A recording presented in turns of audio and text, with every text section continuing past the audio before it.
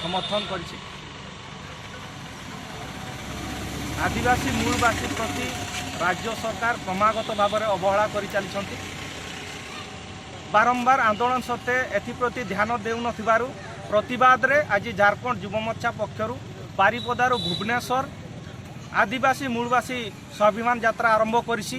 2003 मसीह सांताली भाषा को संविधान 8 अनुच्छेद अंतर्भुक्त कराई संविधान धारा 347 अनुसार सांताली भाषा संख्यालघु भाषार मान्यता पाइबा हकदार।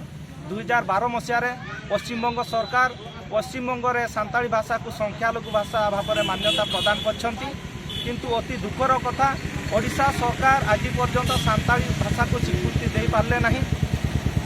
आदिवासी मानकर जो पारंपरिक विचार व्यवस्था अच्छी मझी पारगाना मनकी मुंडा आदि व्यवस्था को स्वीकृति देवा संगे संगे पारंपरिक मुख्यों को भत्ता प्रदान करने आम दृढ़ दाबी करुचु। आमर दाबी जदि सरकार न शुणती ताहले आगामी दिन में झारखंड मुक्ति मोर्चा पक्षर बहुत बड़ आंदोलन रूप नब।